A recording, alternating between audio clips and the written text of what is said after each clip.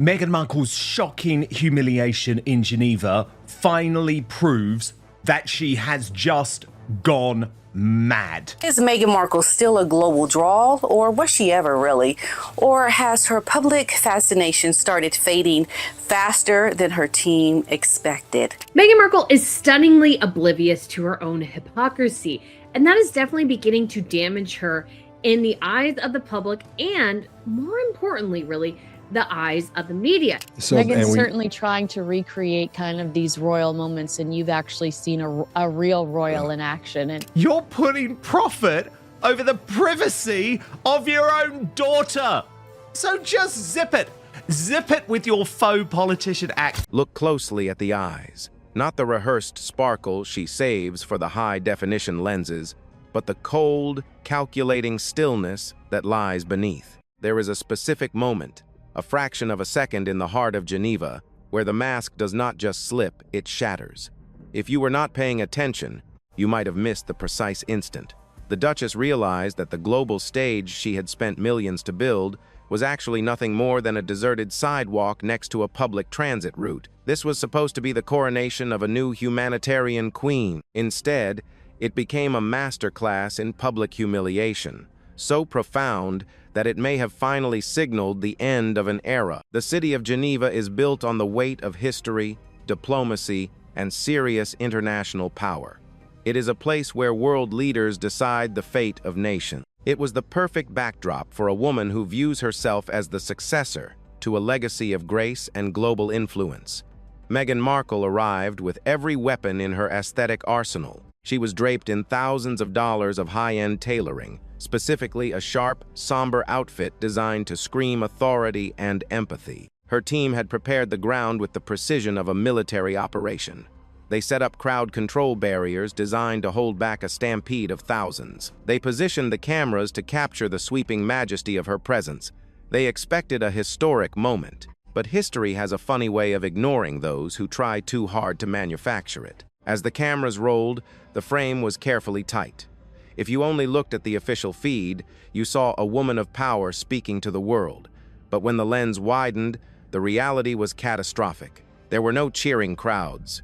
There were no international press packs fighting for a quote. There was only the hollow sound of her own voice bouncing off the concrete. Behind those heavy metal barriers, which were placed there as if to prevent a riot of adoration, stood exactly one person who was not on the payroll. She was not a fan. She was not a protester. She was a local woman holding a plastic shopping bag, checking her watch with visible annoyance, waiting for the number 12 bus home. Imagine the psychological toll of that realization. You are standing there, wearing more wealth on your back than most people earn in 5 years, delivering a speech you believe will change the course of human history, and you are being upstaged by a bus schedule. The lady with the shopping bag did not even look up. To her, the Duchess of Sussex was not a global icon. She was a temporary obstacle in her commute. And then came the cyclist. In what can only be described as a moment of pure, unscripted comedy, a man on a bicycle pedaled into the middle of this supposedly historic event.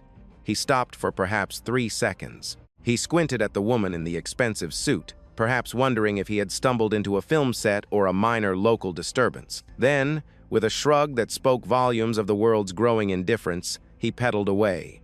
He did not ask for an autograph. He did not stop to listen to her thoughts on the digital landscape.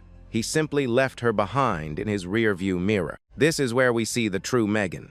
For years, the narrative has been that she is a victim of a cruel system, a woman whose light was dimmed by a cold institution. But in Geneva, there was no institution to blame. There were no palace walls to hide behind. There was only her PR team, and a vast, empty pavement. The fury that flickered across her face in those quiet moments was not the sadness of a humanitarian. It was the rage of a performer who realized the theater was empty. Body language experts who have spent decades analyzing the most powerful figures on the planet have pointed to this specific footage as a turning point. When you slow down the tape, you see the jaw lock. You see the smile, which usually reaches her eyes in a practiced, warm crinkle, suddenly fail. For a heartbeat, her eyes go flat and cold. It is the look of a person who is realizing that the global draw she was promised and that she promised her investors has evaporated. The hypocrisy is what truly begins to grate on the public consciousness. She stands there, miles away from her California mansion, lecturing the world on the importance of community and the dangers of the digital age. Yet she is surrounded by a void. She tries to recreate royal moments, the slow walk, the dignified nod, the purposeful stride, but without the substance of service. It looks like a hollow pantomime. You can dress like a queen, you can hire the security of a head of state, and you can stand in the shadow of the World Health Organization, but you cannot force the world to care. The silence of Geneva was louder than any roar of a crowd could have been. It told a story of a brand that has overplayed its hand. For nearly 7 years, the world has been told that this woman is a transformative figure, a voice for the voiceless, and a magnet for public fascination. Yet, when she stepped onto one of the most serious diplomatic stages in Europe, the only people who showed up were the ones she paid to be there. Wait until you see the footage of the end of that speech. Usually, Meghan Markle is a woman who lingers. She thrives in the afterglow of a performance. She seeks out the handshakes, the eye contact, and the man-of-the-people moments that she can later use for her documentary footage. But not in Geneva. The second those words left her lips, she did not wave. She did not pose for a group photo with the dignitaries. She did not even stay to acknowledge the memorial she had used as a backdrop for her scripted empathy. She turned and she bolted. She ran because the silence was deafening. She ran because the sight of that empty street was a mirror she did not want to look into. Her entire empire is built on the premise of being wanted, of being a global obsession. If the people of Geneva, one of the most international and informed populations on Earth, cannot even be bothered to look up from their bus schedules to see her, then the narrative of her global importance is a lie. This was the moment the empire finally cracked. It was not a loud explosion. It was the quiet, embarrassing squeak of a bicycle tire and the clicking of a woman's heels as she fled a scene of her own making. As we dig deeper into this trip, we find that the empty sidewalk was just the beginning. The shadows growing behind her in the California sun are reaching all the way to Switzerland, and the secrets being whispered by those who were actually in the room are about to blow this charade wide open. Because while she was failing to capture the attention of a single commuter in Geneva, her rival was achieving something Meghan can only dream of. But we will get to that. First, we have to talk about what was happening in Meghan's own home, just hours before she stepped onto that stage. A betrayal of her own message that is so stunningly oblivious, it makes the bus stop incident look like a minor setback. Prepare yourself, because the Mama's Little Helper scandal is where the facade of the Protect the Children crusade truly begins to rot from the inside out. To understand the true depth of the disaster in Geneva, we have to look back at what happened just hours before she stepped onto that empty pavement. While the world was preparing for a serious discussion on the digital safety of our youth, Meghan Markle was busy orchestrating a photo opportunity that would eventually become the smoking gun of her own hypocrisy. It was a single image, a mirror selfie captured within the sprawling, cavernous depths of her walk-in closet in Montecito. On the surface, it was designed to look like a sweet, relatable glimpse into her life as a mother. But look closer, because this image tells a story that is far more disturbing than any scripted speech. In the center of the frame, we see the Duchess, poised and polished, but at her feet, kneeling on the floor like a silent extra in a high-budget film, was her daughter, Lilibet. The child, only 4 years old, was positioned in a way that many viewers described as unsettling. The caption read, "Mama's Little Helper." To the casual observer, it might seem innocent, but to those who understand the mechanics of brand management, it was a calculated move. For a woman who has spent years demanding absolute privacy for her children, frequently taking legal action to ensure their faces are never seen, to suddenly post her daughter to millions of followers right before a major public appearance is not an accident. It is a strategy. However, the real betrayal lay in the background of that photograph. Behind the 4-year-old girl was a collection of designer clothing estimated to be worth more than $250,000. Row upon row of luxury silk, cashmere, and high-end tailoring created a wall of wealth that felt entirely disconnected from the average parent Meghan claims to represent. But even that was not the most damaging detail. As several eagle-eyed journalists and fashion observers pointed out, the photograph was not actually about the daughter at all. It was a billboard for a brand. Framed perfectly in the foreground of the shot were the very items Meghan was about to wear for her Geneva speech. The black Armani jacket was draped just so. The designer shoes were angled perfectly to catch the light. It was a merching operation disguised as a mother-daughter moment. She was using her own child, a child who cannot yet understand the concept of digital consent, as a prop to advertise her high-fashion wardrobe.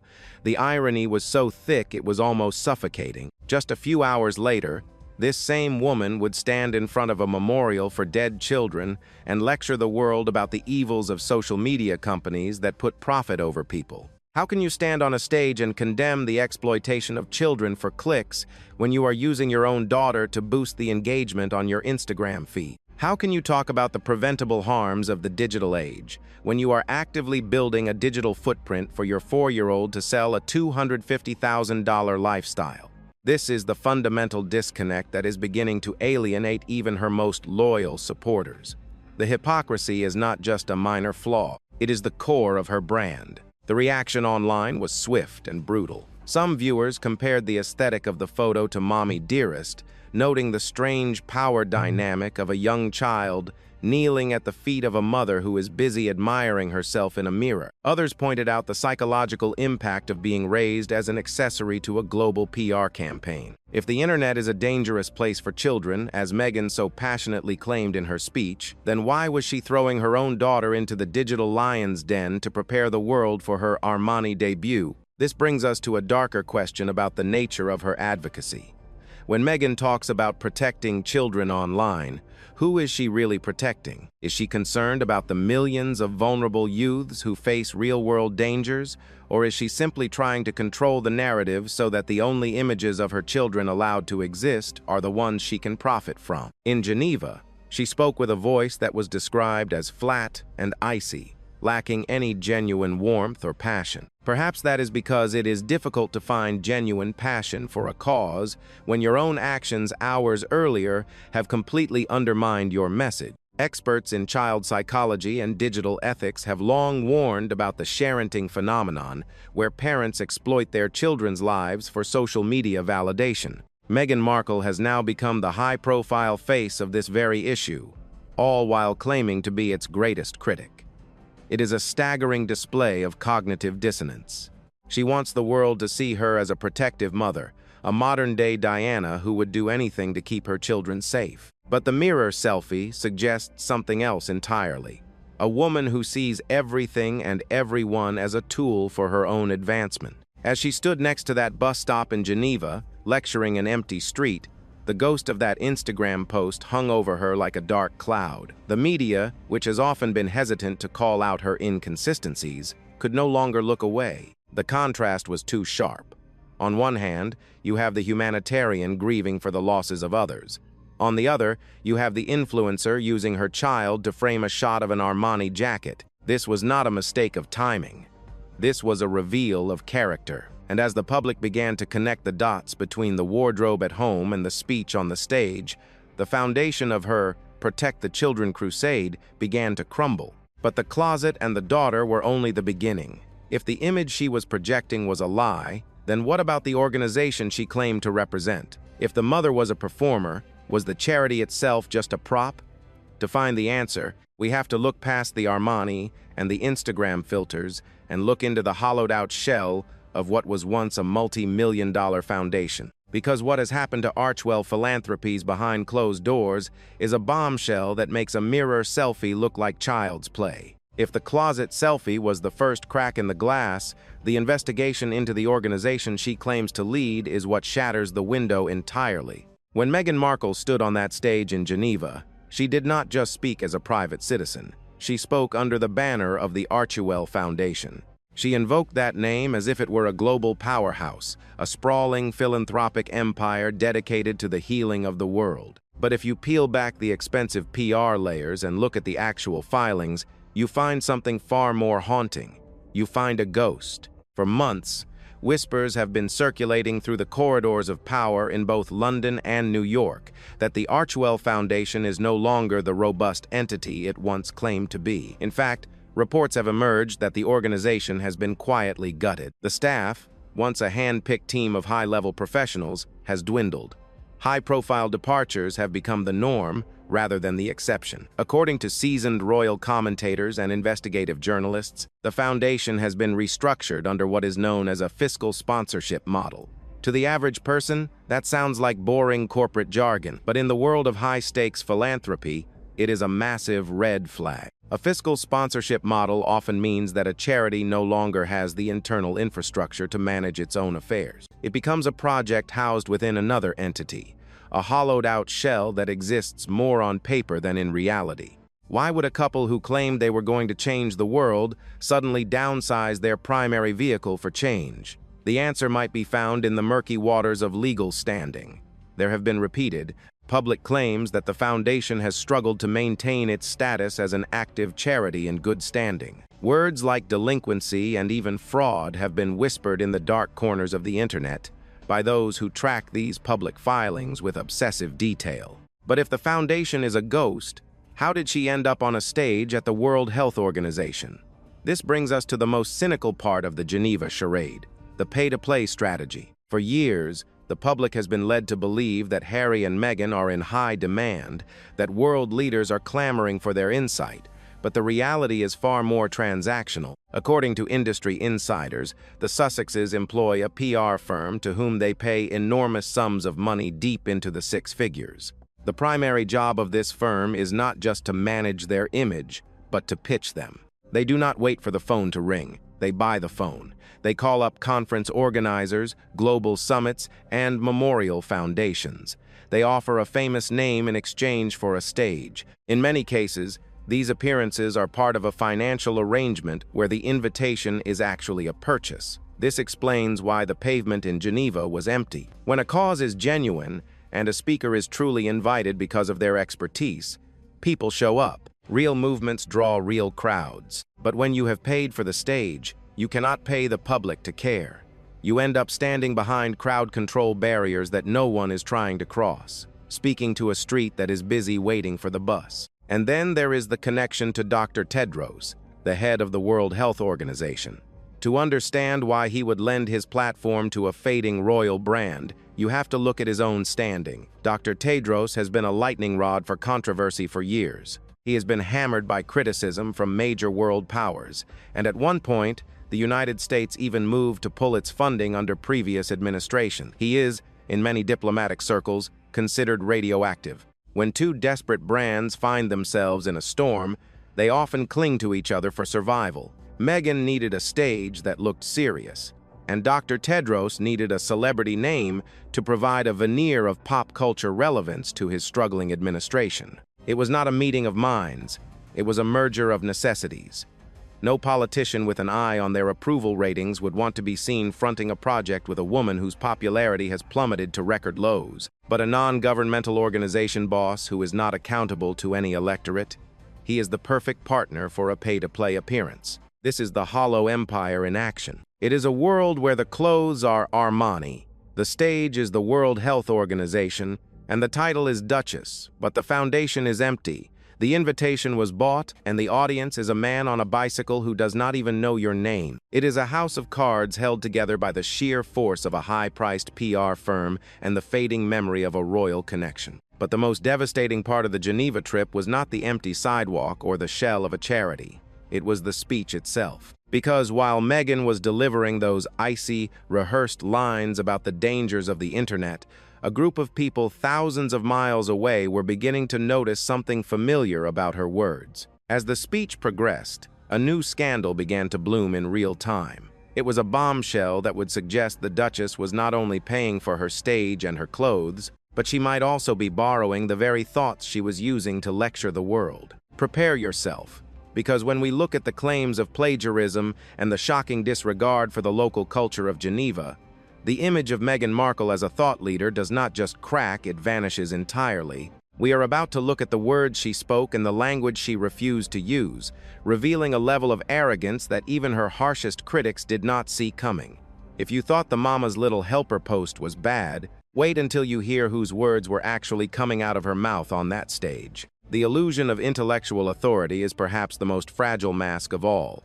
It requires a foundation of original thought, deep expertise, and a genuine connection to the subject matter. But as Meghan Markle stood on that stage in Geneva, delivering what she intended to be a groundbreaking manifesto on digital safety, that foundation did not just crack, it dissolved. While she was projecting the image of a global thought leader, viewers who actually work in the fields of medicine and academia were noticing something deeply unsettling. They weren't just listening to a speech.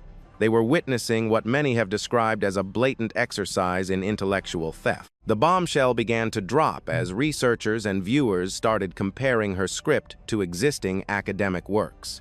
The claims were devastating. Entire passages of her address appeared to have been lifted, almost word for word, from the work of a highly respected pediatric surgeon at the University of Chicago, Dr. Dana Susskind. Think about the gravity of that for a moment.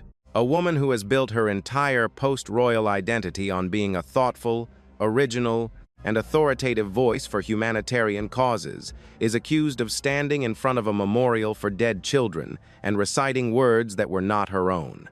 This is the ultimate betrayal of the authentic brand she claims to represent. Advocacy is supposed to come from the heart. It is supposed to be born from personal conviction and deep study. But if the claims are true, Meghan's speech was nothing more than a hollow performance, a recycled script used to fill a space she had paid to occupy.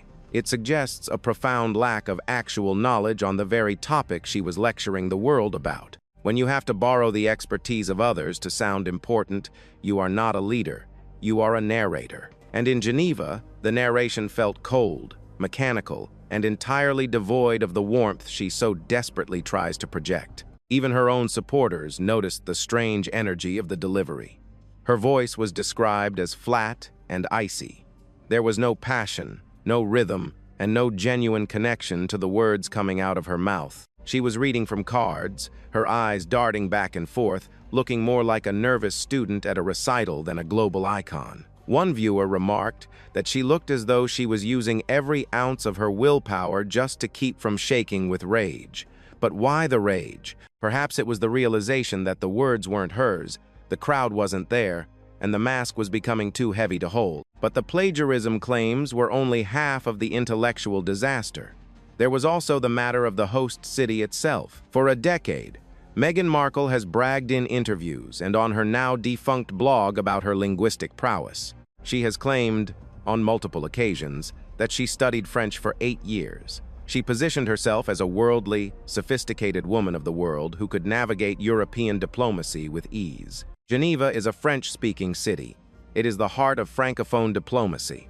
This was her moment to prove her sophistication. She had every opportunity to open her speech with a few sentences of French, to greet her hosts in their native tongue, or to show even a modicum of respect for the culture of the city she was visiting. It is the standard protocol for any serious international figure. Yet, during her entire time on that stage, she did not speak one single word of French. Not a bonjour, not a merci, nothing. This silence tells us one of two things, and neither is flattering. Either the claim of 8 years of study was another exaggeration designed to pad her resume, or she simply did not think the people of Geneva were worth the effort. Both options expose the same underlying truth. The persona she has crafted is a collection of carefully curated lies and elitist assumptions. When you brag about a skill for 10 years and then fail to use it at the exact moment it is required, you lose the right to be taken seriously. The contrast between her words and her reality is becoming a chasm. She speaks of the dangers of the internet while using it to exploit her child. She speaks of original humanitarian work while allegedly lifting speeches from real doctors. She speaks of being a global citizen while ignoring the local language of the cities she visits. It is a performance that has become increasingly difficult to watch because the seams are showing. Meghan Markle is stunningly oblivious to her own hypocrisy, and that is what is truly damaging her in the eyes of the media. You can only tell the public who you are for so long before they start watching what you actually do. In Geneva, she did not look like a woman who wanted to help children. She looked like a woman who wanted to be seen as someone who helps children. There is a massive, fundamental difference between the two. As the speech ended and she prepared for her silent exit, the air in the room was not filled with the electricity of a movement being born. It was filled with the awkward silence of a transaction being completed. But the most painful part of the trip was yet to come. Because while Meghan was struggling to maintain her composure at a bus stop, the woman she has spent 5 years trying to outshine was demonstrating exactly what real, organic, and effortless power looks like. The side-by-side comparison that would emerge over the next 48 hours would be the final nail in the coffin of the Geneva disaster. We are about to go to Italy, where a real royal was showing Meghan Markle exactly why her paid-for stage was a catastrophic mistake. While one woman was fleeing a deserted pavement in Switzerland, another was being nearly submerged in a tide of genuine, unbought adoration in the heart of Italy. This is the comparison that Meghan Markle's team feared most, and it is the one she will likely never recover from. For years, the narrative from Montecito has been that Meghan is the modern royal, the one with the global star power that the old institution could not handle. But as the events of that week unfolded, the world saw the staggering difference between a manufactured celebrity and a beloved public servant. While Meghan was standing at a literal bus stop, struggling to capture the attention of a single passing cyclist, Catherine, the Princess of Wales, was in Italy. The scenes there were nothing short of a frenzy. Town squares were packed shoulder to shoulder. People were hanging out of windows, their voices echoing off the ancient stone as they screamed her name. Children were chanting, "Caterina, Caterina," and school children were shouting regalo, meaning present, as they thrust handmade gifts toward her. This was not a crowd brought in by a public relations firm. This was organic affection, the kind of warmth that cannot be bought with a 6-figure PR contract or an Armani suit. The contrast was not just in the numbers, it was in the soul of the event. Catherine was visibly moved, at one point appearing to blink back tears of genuine emotion, as she saw the sheer scale of the welcome. This was her first major solo international visit after a long period of recovery and intense, often cruel, online speculation. She stepped onto that stage and the world met her with love. Meghan stepped onto her stage in Geneva, and the world met her with a woman waiting for the number 12 bus. But it gets more calculated and more desperate. Multiple fashion observers and royal watchers noticed a detail that is as revealing as it is unsettling. The outfit Meghan chose for her Geneva appearance was nearly an exact replica of the silhouette, the cut, and the color family of the suit Catherine had worn in Italy just days earlier. The same sharp tailoring, the same professional yet empathetic vibe, the same muted tones. It was as if Meghan had seen the success of Catherine's look and attempted to single white female the Princess of Wales on a global scale. She did not just want the cause, she wanted the skin. She wanted to inhabit the very aura of the woman she has spent 5 years insisting she is better than. It was a strategic attempt at sabotage that backfired spectacularly. By copying the look so closely, she invited a direct side-by-side comparison. And when you put a woman standing in front of thousands of cheering Italians next to a woman standing alone at a bus stop in the exact same outfit, the winner is clear. The comparison did not make Meghan look royal. It made her look like a hollow imitation. This desperation to outshine Catherine is a form of psychological bullying that has become a hallmark of Meghan's strategy. Every time the Princess of Wales has a major moment, a sweet family photo or a leak from the Sussex camp miraculously appears. But you cannot manufacture the kind of moment Catherine had in Italy. You can buy the Armani, you can buy the stage at the World Health Organization, and you can buy the security detail, but you cannot buy the hearts of a nation. The failure went even deeper than the optics. It went to the very substance of why she was there. Meghan's speech focused on the preventable harms of the internet, framing the deaths of several young people as the direct result of social media algorithms and corporate greed. She used a memorial of names as her backdrop to score points for her brand of digital censorship. However, investigative viewers and those who actually did the homework found a disturbing discrepancy. A significant number of the young people named in that memorial did not die from cyberbullying or engagement traps. They died from drug overdoses, specifically purchasing tainted drugs through online channels. These are horrific tragedies, and the families deserve every ounce of support. but Meghan twisted their stories to fit her specific narrative about social media regulation. She turned devastated parents into supporting characters in her own drama about online safety, ignoring the complex reality of drug addiction and the opioid crisis. One viewer described the hypocrisy as breathtaking. How can you stand in front of parents whose children are gone and lecture them about profit over people when you have just finished merching your own living daughter in a walk-in closet to sell a $250,000 wardrobe? The families in Geneva were being asked to listen to a woman who views children as props and tragedies as content. By the time the speech ended, the atmosphere was thick with the realization of this failure. Meghan knew it. The icy delivery, the lack of rhythm, and the sharp, controlled fury in her eyes spoke of a woman who realized she had lost the room, if there had been a room to lose. While Catherine was being embraced by the people of Italy, Meghan was being ignored by the people of Geneva. This is the permanent record now. The internet never forgets, and the side-by-side images of that week will follow her forever. On one side, the future queen, radiant and surrounded by thousands of genuine well-wishers. On the other, the Duchess of Sussex, standing in a copied suit at a bus stop, talking to the wind. The global draw that she and Harry promised has been exposed as a myth, and as she turned to bolt from that pavement, without even staying for a group photo, she wasn't just leaving a speech. She was fleeing the scene of her own professional demise. But there is one final detail.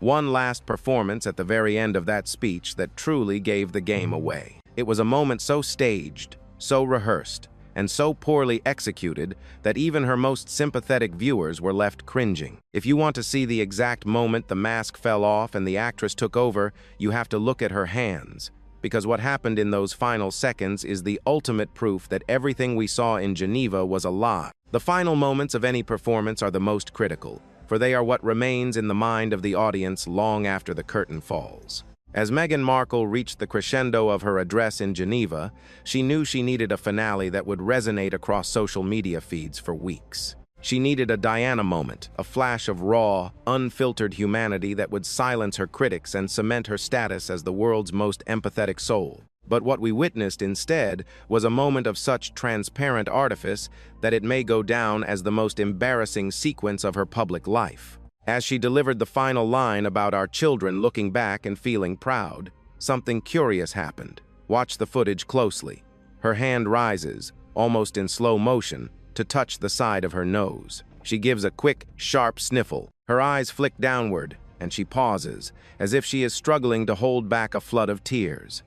It is a gesture we have seen in countless Hollywood dramas, the brave hero overcome by the weight of their own virtue. But here, in the cold light of a Geneva afternoon, it felt utterly hollow. There was no gradual building of emotion in her voice. There was no tremor of genuine grief. There was not even a single, solitary tear. It was a mechanical sniff that seemed to occur to her halfway through the sentence, as if she suddenly remembered the Acting 101 manual she had studied decades ago. One viewer remarked that it was the ultimate dead giveaway, a performance by someone who is so obsessed with the image of emotion that she has forgotten how to actually feel it. She was trying to manifest the one-tear, left-eye trick she once boasted about in an interview. But on this stage, even the tear refused to show up for her. And then, the most telling act of all occurred.